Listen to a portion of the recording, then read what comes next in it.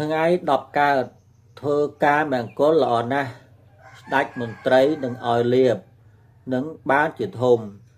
ជួឈ្នួលប្រើប្រាស់មិនសុខជជែកក្តីក្តាំពុំជាកាត់ដេរស្លៀកពាក់សម្ពុតអាវថ្មីមិនល្អយាត្រាតាមជើងគោកមិនល្អជើងទឹកជាកណ្ដាលជោគល្អតាំងពីព្រឹកដល់ថ្ងៃត្រង់ជោគអាក្រក់ពីរសៀលរហូតដល់ភ្លឺ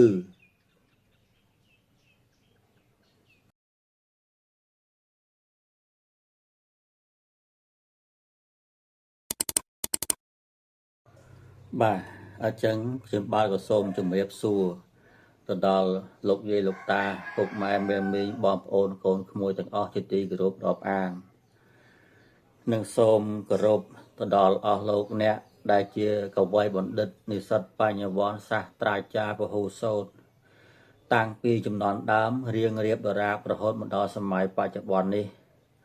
និងសូមគោរពដល់ទស្សបារមីវត្ថុស័ក្តិសិទ្ធិថែរក្សានៅទឹកដីនេះសូមឲ្យអស់លោកចុះមកដំកងដំកើងព្រមប្រសិទ្ធពរជ័យឲ្យខ្ញុំបាទធ្វើការអត្ថាធិប្បាយឬក៏បកស្រាយនៅក្បួនតម្រារឹកជ័យនេះ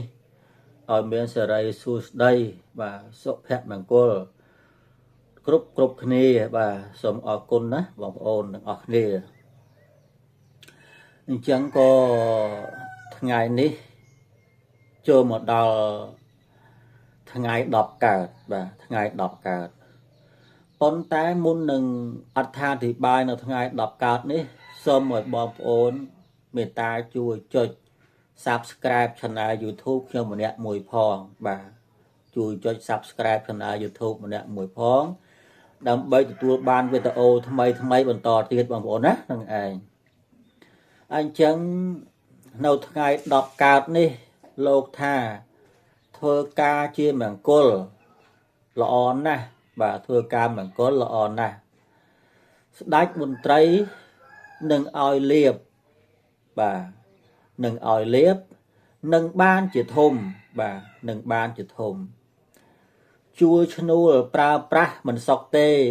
បាទជួលឈ្នួលប្រើប្រាស់ហ្នឹងអត់សុខទេបាទបើធ្វើការមង្គលល្អណាស់បាទស្ដេចមន្ត្រីនឹងឲ្យលៀបហើយនឹងបានជាធំប៉ុន្តែបើជួលឈ្នួលប្រើប្រាស់មិនសុខទេបាទមិនសុខទេជជែកក្តីក្តាំពុំជាបាទបើសិនជាបងប្អូនជជែករឿងរ៉ាវកាត់ក្តីបាទក៏មិនបានដែរក៏មិនល្អដែរបាទអត់ល្អទេនៅក្នុងថ្ងៃ10កើតហ្នឹងកាត់ដេរស្លៀកពាក់សម្ពុតអាវថ្មីក៏មិនល្អដែរបាទថ្ងៃ10កើតហ្នឹងណាហ្នឹងហើយកាត់ដេរសម្លៀកបំពាក់ក៏មិនល្អដែរអត់ល្អទេបាទកុំកាត់អីថ្ងៃ10កើតហ្នឹងបាទយាត្រាតាមជើងគោកមិនល្អទេបាទអញ្ចឹងយាត្រាតាមជើងគោកមិនល្អទេបាទហាមថ្ងៃ10កើតហ្នឹងហាមយាត្រាតាមជើងគោកបាទជើងទឹកជាកណ្ដាលបាទជើងទឹកជាកណ្ដាលបានន័យថាមធ្យមបាទមធ្យមអាចធ្វើដំណើរបានបាទធ្វើដំណើរបានណានឹងឯជើងទឹកហ្នឹងជោគល្អតាំងពីព្រឹកដល់ថ្ងៃត្រង់បាទអញ្ចឹងបងប្អូនធ្វើដំណើរតាមផ្លូវទឹកណែធ្វើដំណើរពីពេលព្រឹកបាទពីពេលព្រឹកទៅឲ្យតាន់ថ្ងៃត្រង់កុំឲ្យហួសថ្ងៃត្រង់បើហួសថ្ងៃត្រង់មិនល្អទេបាទ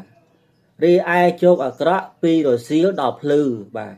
ហើយជោគអាក្រក់ហ្នឹងតាំងពីរសៀលរហូតដល់ភ្លឺបាទរហូតដល់ភ្លឺអញ្ចឹងបងប្អូនធ្វើដំណើរតាមផ្លូវទឹកល្អជាមធ្យមបងប្អូនណាថ្ងៃ10កើតហ្នឹងបើយើងរៀបការជាមង្គលបាទការជាមង្គលអាហ្នឹងល្អណាស់បាទរៀបការជាមង្គលល្អណាស់បាទស្ដេចនិងមន្ត្រីនឹងឲ្យលៀបដល់យើងហើយនឹងបានជាធំទៀតបាទបានជាធំទៀតបាទប៉ុន្តែការកាត់ដេរសម្លៀកបំពាក់មិនល្អទេថ្ងៃ10កើតហ្នឹងណានឹងឯងកុំកាត់ដេរអីបាទកុំកាត់ដេរអីថ្ងៃ10កើតហ្នឹងបាទ យាត្រាតាមជើងគោកហ្នឹងមិនល្អទេហាមបាទហាមឲ្យ10កើតហ្នឹងយាត្រាតាមជើងគោកមិនល្អទេហើយ10កើតបាទអញ្ចឹងបងប្អូនត្រូវតែដឹងបាទត្រូវតែស្វែងយល់ថាថ្ងៃ10កើតហ្នឹងវាត្រូវថ្ងៃអីបាទវាត្រូវថ្ងៃច័ន្ទថ្ងៃអង្គារថ្ងៃពុធពហុសុក្រសៅរ៍អាទិត្យបាទវាចំត្រូវនឹងថ្ងៃស្អីអញ្ចឹងយើងមើលនៅក្នុងបតិទិនបាទមើលនៅក្នុងបតិទិនមើលបាទដឹងហើយថាថ្ងៃ10កើតហ្នឹងត្រូវនឹងថ្ងៃអីបាទ